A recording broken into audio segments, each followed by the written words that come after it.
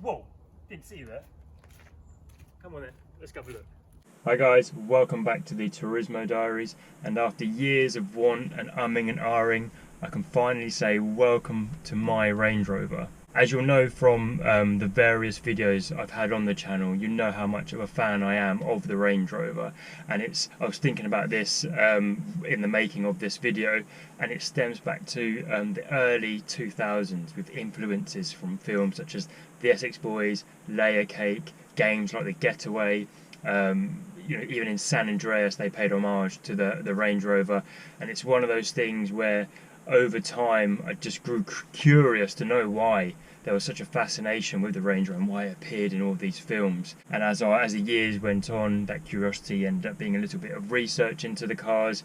Then you find out they're as unreliable as they are desirable, and any sensible human being would stay well away and buy something a lot more sensible. The car I've bought is a 2003 L322, which is essentially the third generation Range Rover, finished in Bonatti grey with the ivory leather interior, and it's only covered 72,000 miles, which is one of the biggest draws for buying this example. In terms of the price I paid, well, it was either this or that Balenciaga high-vis jacket, or even this copy of Vice City. Overall, this is the design that I prefer the most. Even with the recent release of the latest Range Rover, I think the L322 really draws on the classic Range Rovers. It's got that almost iconic silhouette side profile shape, and Phil Simmons, who was the sort of principal designer on this, developed the concept, and it became this absolute icon of a motor.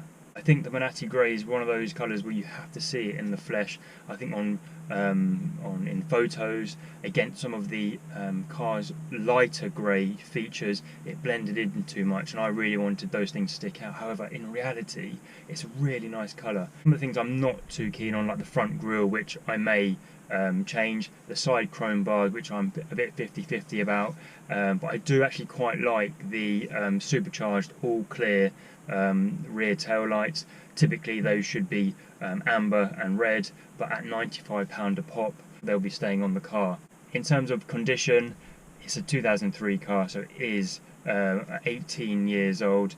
Overall, it's fairly good for what I was expecting. There are a few places where it is bubbling, but it's to be expected. The interior is where this car shines. Apart from the driver's side, which has that that typical wear on the right hand side of the bolster, which is essentially due to the height of the car, you actually have to like almost slide off the seat as you get out. Apart from the driver's side, which is almost either collector or time warp, it is absolutely pristine.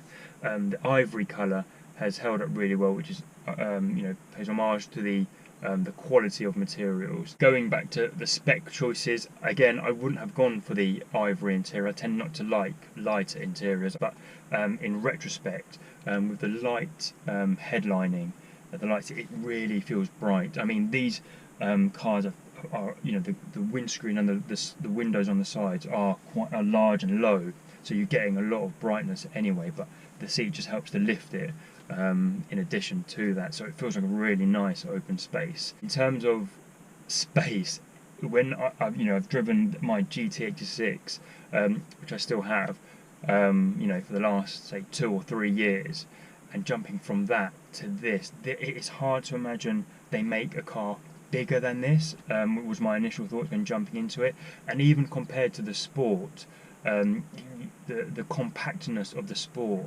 really shows when you go from that to this, and I'm sure it would show the other way around as well. But it feels like a monster of a car, and if you're not used to cars of this scale, I imagine it could be quite daunting at first. But it is magnificent, and you quickly get used to the size of it. In terms of the interior, obviously it's very comfortable, not only in your physical seating position, but just generally where everything is, the size of the steering wheel, where all the buttons are, the dials, choice of materials, and the number of different materials, and how they've layered the colouring, and where they've put certain features. You've got these big chunky air vent timber kind of arrangement, beautifully crafted. You've then got this, I've got a leather lined dashboard in blue stitching. It's fantastic. Then it moves down to this sort of linear contrasting ivory colour for this car, and then you've got this continued aluminium surrounding on the air vents, and then you've got this almost as cluttered as it needs to be and no more. Chunky button, chunky dials. You know, the horn are these the chrome bars on the steering wheel. Nice chunky gear lever. You know, everything else. It's very user-friendly car. There's no gimmicks here, and that's one of the things I noticed straight away about this car. It doesn't feel like a cool car. It feels like a tool that's just very well put together. It's like a tractor and a Rolls Royce having a baby. Other things that I love are the tailgate, the feature. You know, I've wanted to utilise that with the family, and you know, go on a picnic and that kind of thing, and I've already done that, so that's another box tick. Right, that's enough chit chat about the inside and outside. Let's take it for a drive where this car really starts to feel special.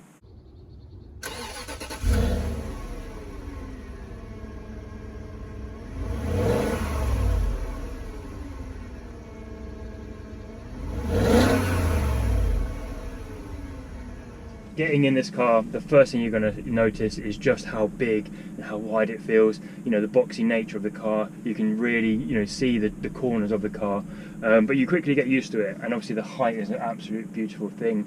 One of the biggest selling points of the car is the view over the bonnet, and just giving that reference of where the road is. And you know, when you're sat in, you know, general traffic, you do realise how high up you are and how much of a vantage point you have. It's beautiful to drive. We're just going to go on a quick run now. Automatic gearbox, you know, very smooth. And the beautiful thing about automatics generally is that as soon as you lift your foot off the brake, you move forward. So there's obviously no clutch control. And here we go, Range Rover. So I could turn left, right for smooth roads, but look, we can go off-road. And that's the choice that this car gives you. It's absolutely capable, and this is what it's been designed to do. Luxury to traverse this kind of road, no problem. I'm not doing anything special. I've not changed any of the settings. It's just in normal settings. So yeah, beautiful. Gone for the 4.4 V8 engine over the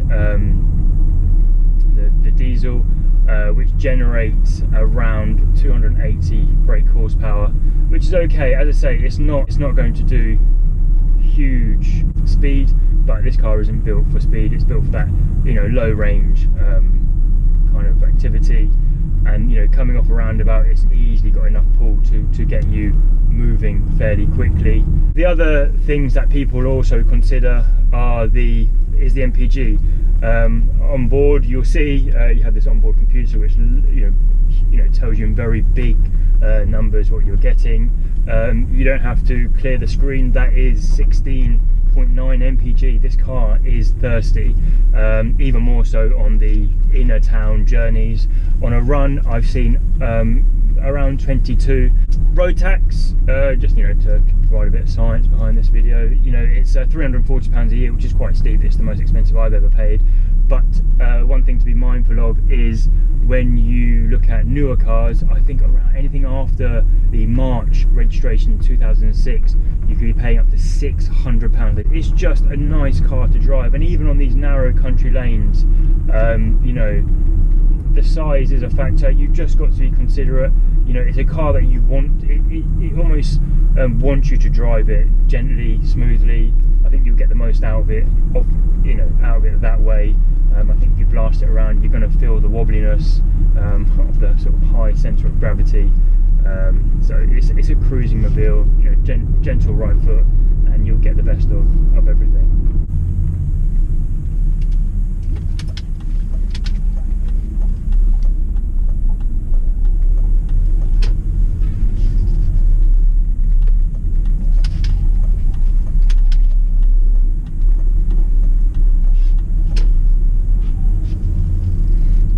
Overall, you're not going to be unhappy in the owning one from a product point of view. So, you know, all being well, you're going to class it as one of the best cars you've ever owned. You know, that's generally what people that own them say. and it's true, having one for the 3 weeks or so that I have had it. You know, you can see why it's class leading in what it does. The refinement of it all, you know, as a complete package with this, it feels like a unique driving position. You don't feel like you're driving a large estate car. It's something, you know, beyond that. You've got this huge vantage point. You know, I think it's just amazing. This is very dated. I don't use a sat nav. I tend to just plonk my phone up here. There are cables with a USB to charge it as I'm going, so you know I'm not losing out on battery as I'm driving. This power element here, it's not something I would have chosen to put in, but understandably, you know, allows me to connect to Bluetooth and the music, that kind of things. For now, this is my daily. I do have a big decision to make on the GT. I'm struggling to part with it because it's such a good car. I think it's one of those things where, you know, even if I was to spend another 2,000, 3,000 on this car, it would, you know, it would still be like, you know, it's a lot of car for the money, you know, but how much of an appetite have I got, you know, to keep saying that, and how many times am I going to justify paying for something big just because this car was, you know, 50, 60, 70,000 pounds back in its day. You know, I'm not, you know, a wasteful person, but understandably so. You know, you've got to know what you're getting yourself in for. Let me know what you think. Should I persevere with this car, or should I, you know, jack it in while it's all sort of working? You know, get out, have my fun for the few weeks that I've owned the car. You know, let me know what you think. Have you got one? Are you thinking about one? You know, what do you think I should do? Well guys, I hope you enjoyed that. I certainly did. I'm really excited about bringing you more videos. I'm also shit scared about the potential builds. Anyway, please subscribe, drop a comment below. Any questions I'll try and answer. Until the next one, I'll see you later. I'm just going to lie here because it's so nice. See ya.